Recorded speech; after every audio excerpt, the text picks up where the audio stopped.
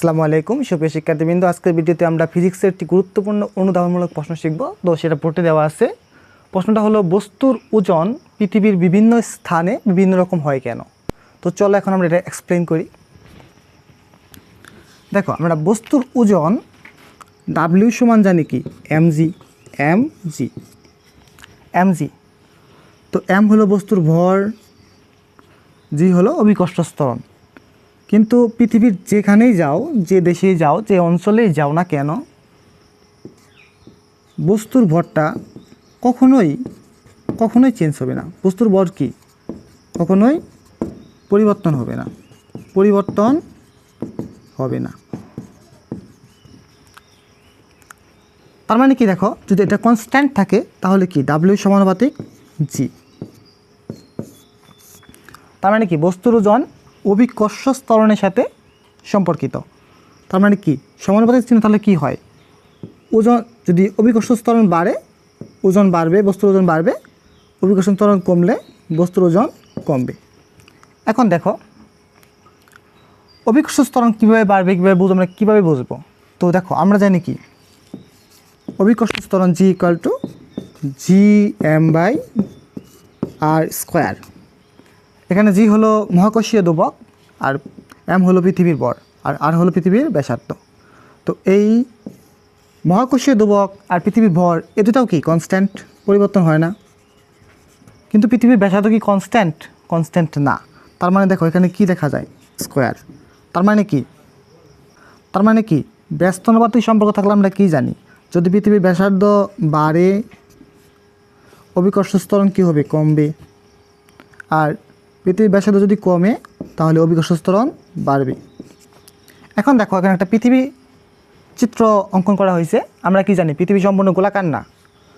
পৃথিবী কি সম্পূর্ণ গোলাকার না, এই জন্য পৃথিবীর কি মেরু অঞ্চল, এটা হলো মেরু অঞ্চল, আর এটা হলো বিষুব অঞ্চল। এই অঞ্চলটাকে বলা হয় বিষুব অঞ্চল। তো দেখো, এটা হচ্ছে বিষুব অঞ্চল, এটা কি মেরু অঞ্চল।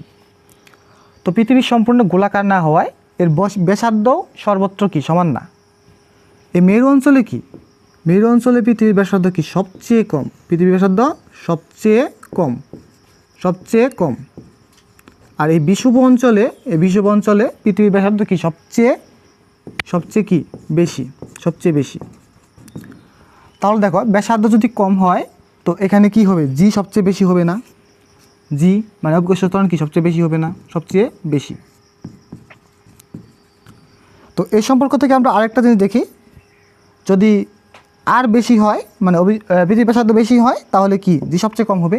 তো যেহেতু বিষুব অঞ্চলে ব্যাসার্ধ সবচেয়ে বেশি, তো এখানে কি অভিকর্ষ ত্বরণ সবচেয়ে কম।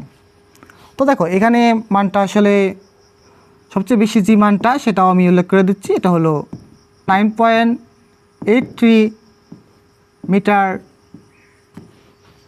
পার সেকেন্ড ইনভার্স টু। আর সবচেয়ে কম যেটা, সেটা হলো 9.78 মিটার ইনভার্স টু। তো আমরা ম্যাথ করার ক্ষেত্রে এটাকে আমরা আদর্শ ধরে নিই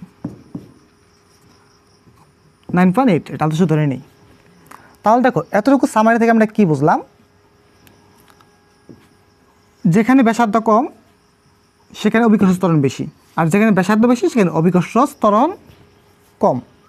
তাহলে আমরা এখন দেখো এই সম্পর্কতে যাই, ডাব্লিউ সমানুপাতিক জি। তো দেখো, মেরু অঞ্চলে কি অভিকর্ষ ত্বরণ বেশি। তো মেরু অঞ্চলে যদি কোনো বস্তু থাকে সেটা কি ওজনও বেশি হবে। আর বিষুব অঞ্চলে অভিকর্ষ ত্বরণ কম, তা বিষুব অঞ্চলে কোনো বস্তু থাকলে সেটা কি ওজনও কম হবে। তার মানে সামারাইজ কি, এই অঞ্চলে যখন অভিকর্ষ ত্বরণের মান বেশি মেরু অঞ্চলে, তো তখন কি হবে, ওজনটা বেশি হবে। আর বিষুব অঞ্চলে অভিকর্ষ ত্বরণের মান কি কম, এজন্য কি ওজনও কম হবে। তো আশা করি এই দুটো সূত্রের মাধ্যমে তোমরা বিষয়টা বুঝছো। তো তোমাদের প্রশ্নে আসলে তোমরা এটা কীভাবে লিখবা সেটা আমি এখন বোঝাবো। দেখো, পৃথিবী কি, প্রথমে বলবা পৃথিবী সম্পূর্ণ গোলাকার না, এই জন্য কি পৃথিবীর ব্যাসার্ধ সর্বত্র সমান না। মেরু অঞ্চলে পৃথিবীর ব্যাসার্ধ সবচেয়ে কম। তো এই সম্পর্ক থেকে আমরা কি বলতে পারি, মেরু অঞ্চলে জি এর মান অভিকর্ষ ত্বরণের মান সবচেয়ে বেশি, আর বিষুব অঞ্চলে পৃথিবীর ব্যাসার্ধ সবচেয়ে বেশি। তো এখানে কি অভিকর্ষ ত্বরণের মান সবচেয়ে কম। আবার আমরা জানি কি বস্তুর ওজন অভিকর্ষ ত্বরণের উপর নির্ভরশীল, বস্তুর ওজন অভিকর্ষ ত্বরণের উপর নির্ভরশীল। তো অভিকর্ষ ত্বরণ যদি বৃদ্ধি পায় বস্তুর ওজন বাড়ে, অভিকর্ষ ত্বরণ কমলে বস্তুর ওজন কমে। যেহেতু মেরু অঞ্চলে অভিকর্ষ ত্বরণের মান সবচেয়ে বেশি, তো এখানে কি বস্তুর ওজন বেশি হবে। আর বিষুব অঞ্চলে অভিকর্ষ ত্বরণের মান সবচেয়ে কম, এখানে কি হবে, এখানে বস্তুর ওজন কম হবে। এই কারণেই পৃথিবীর বিভিন্ন স্থানে বস্তুর ওজন বিভিন্ন রকম হয়। তো আশা করি তোমরা বুঝতে পেরেছ। তো এই প্রশ্ন সম্পর্কিত আরেকটি প্রশ্ন আমি বলে দিই। তো সেটা হতে পারে যে বস্তুর ভর পৃথিবীর বিভিন্ন স্থানে অপরিবর্তিত থাকলেও বস্তুর ওজন কেন পরিবর্তন হয়। তো দেখো এটা কেন হয়। ভর কি? ভর হলো বস্তুর মধ্যে মোট পদার্থের পরিমাণ। একটা বস্তুর মধ্যে যে মোট পদার্থ থাকে সেটা পরিমাণ হলো ভর। ভর হলো কি এম, এম দ্বারা প্রকাশ করা হয়। তুমি পৃথিবীর যেখানেই যাও না কেন বা একটা বস্তুকে তুমি যেখানেই নাও না কেন, এই ভরটা কখনোই পরিবর্তন হবে না, যা ছিল তাই থাকবে। কিন্তু আমরা কি জানি ওজন সমান কি? ওজন হলো W = mg। তো এটা কীভাবে আসলো দেখো। তো দেখো ওজনটা কি? ওজনটা হলো একটা বস্তু, তাহলে আমরা একটা পৃথিবী, এই পৃথিবীর ভিতরে একটা বস্তু, এই বস্তুকে পৃথিবী তার কেন্দ্রের দিকে যে বলে আকর্ষণ করে সেটাই হলো ওই বস্তুর ওজন। তো এখানে কি বল কি অ্যাপিকালটা আমরা এমে জানি, কিন্তু এখানে কি এই বলে আকর্ষণ করতেছে কেন্দ্রের দিকে, তো এটা কি এই বলটাকে ওজন। তো এম তো কখনো পরিবর্তন হবে না, কারণ এটা হচ্ছে বস্তুর ভিতরে মোট পদার্থের পরিমাণ।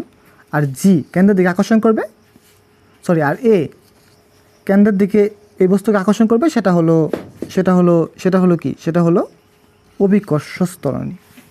তো চিহ্নটা এদিকে। W = কি mg না, mg যেটা লিখছি। তো দেখো বস্তুর ওজন হলো মোট পদার্থের পরিমাণ, যেটা কোনো চেঞ্জ হয় না। কিন্তু বস্তুর ওজন কি অভিকর্ষ ত্বরণের উপর নির্ভরশীল। তো অভিকর্ষ ত্বরণ কি কনস্ট্যান্ট না। তো এই ব্যাখ্যাটা আমরা এই চিত্রে দিয়েছি। তো এখন আশা করি তোমরা ব্যাখ্যাটা লিখতে পারবে। তো যেহেতু ভর কনস্ট্যান্ট, অভিকর্ষ ত্বরণ পরিবর্তনশীল, তাই বস্তুর ওজন পরিবর্তনশীল। তো এই কারণে পৃথিবীর বিভিন্ন স্থানে যদি আমরা যাই বা একটা বস্তু নিয়ে যাই, তখন কি হয়, আমাদের ভর অপরিবর্তিত থাকে, কিন্তু ওজনটা পরিবর্তন হয়, কারণ অভিকর্ষ ত্বরণ। আশা করি তোমরা এটা বুঝতে পেরেছো। অনুধাবন কোশ্চেনগুলো মুখস্থ নয়, একটু বুঝে শিখো, এটাই তোমাদের প্রতি আমার অনুরোধ। সম্পূর্ণ ভিডিও দেখার জন্য অসংখ্য ধন্যবাদ। আসসালামু আলাইকুম।